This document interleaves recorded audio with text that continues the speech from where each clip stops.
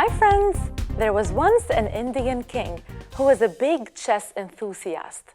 One day, a traveler visited the king and was challenged by him to a game of chess.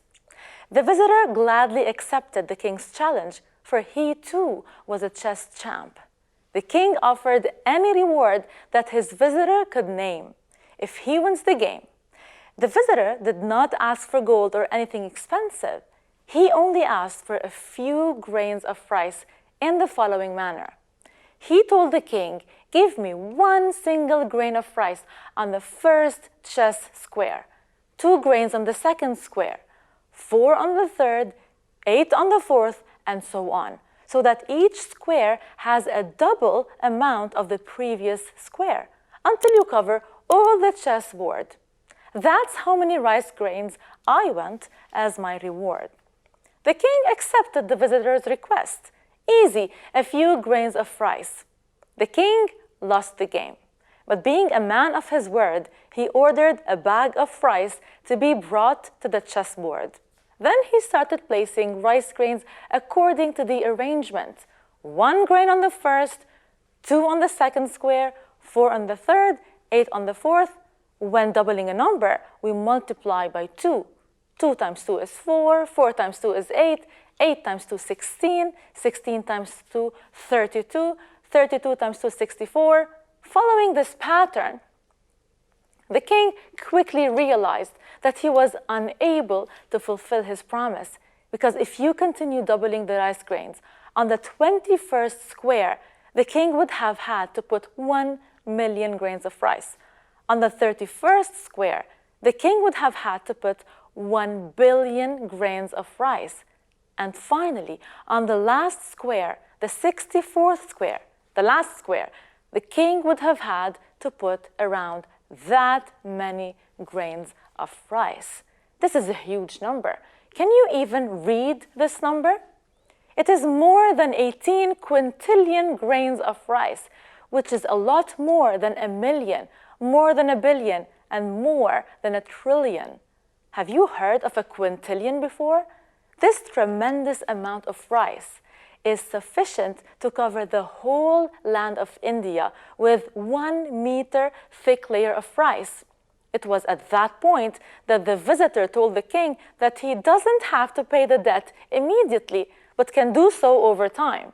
And that wise visitor became the wealthiest person in the world.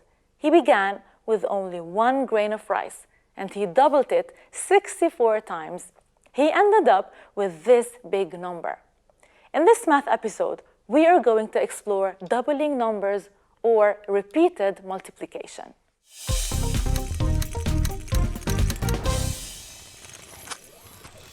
Do you want to play a game with me? All you need is a pack of cards. Quickly get your cards, select half the deck, and face them down on a table. Now randomly choose any 2 cards, and I will do the same. The first card you choose is the number that you will multiply by itself. 2. How many times? That's what the second card will determine. I will multiply 2 by 2 5 times. So 2 times 2 times 2 times 2 times 2. 2 times 2 equals 4, times 2, 8, times 2, 16, times 2, 32. What number did you multiply? What was your answer? If your answer is greater than mine, then you are the winner. If your answer is less than 32, then I won. You can also play this anytime with a friend. Whoever ends up with a greater answer wins. Let's have another round. I multiply 3 by 3. How many times? 3 times. So 3 times 3 times 3. 3 times 3 equals 9, times 3, 27. We use exponents to express a repeated multiplication sentence. This is 2 to the 5th. The bigger number, the 2, is the number multiplied by itself, and the smaller number, the 5, is the number of times we repeated 2. Here, we multiplied 3 3 times, so the exponent is 3 to the 3rd. An exponent refers to the number of times a number is multiplied by itself. Let's have one last round. We will multiply 6 by 6. How many times? 3 times. 6 times 6 times 6. 6 times 6 equals 36. What's 36 times 6? Let's write them vertically. 6 times 6 is 36, and 3 times 8 is 18, plus 3, 21. 216. What number did you get? Was it greater or less than 216? Have you ever tried drawing your family tree? Let's say your grandparents had 3 children, and each of these children had 3 children. That would be 3 times 3. There will be 3 children and 9 grandchildren. If each of the grandchildren had 3 children also, we would have 27 great-grandchildren. If the great-grandchildren each got 3 children, we would have 3 to the 4th. 3 times 3 times 3 times 3. It's 81 great-grandchildren.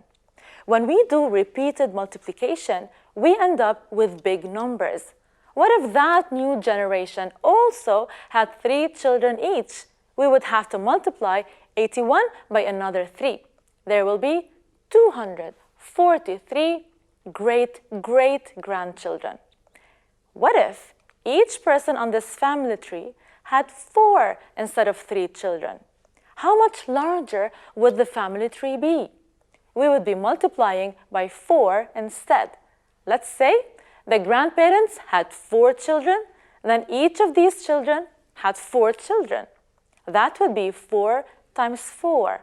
There will be 4 children and 16 grandchildren.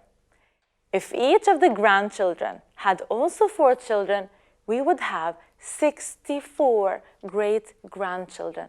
And if the great-grandchildren each got 4 children as well, we would have 4 to the 4th. We multiply 4 by 4 4 times, showing 4 generations. 4 times 4 times 4 times 4 equals 256. Did you find this episode easy or a bit difficult? Practicing repeated multiplication sentences is not an easy task. If you managed to follow up with me and answer the questions correctly, then you must be proud of yourselves. I will end our time together with a challenge. Compare these 2 numbers. Which one is greater? Do we end up with a bigger number if we multiply 3 by 3 7 times, or if we multiply 7 by 7 3 times? Find the answer to each of these and share your answer with me in the comment section of this video. And I'll see you next time. Bye!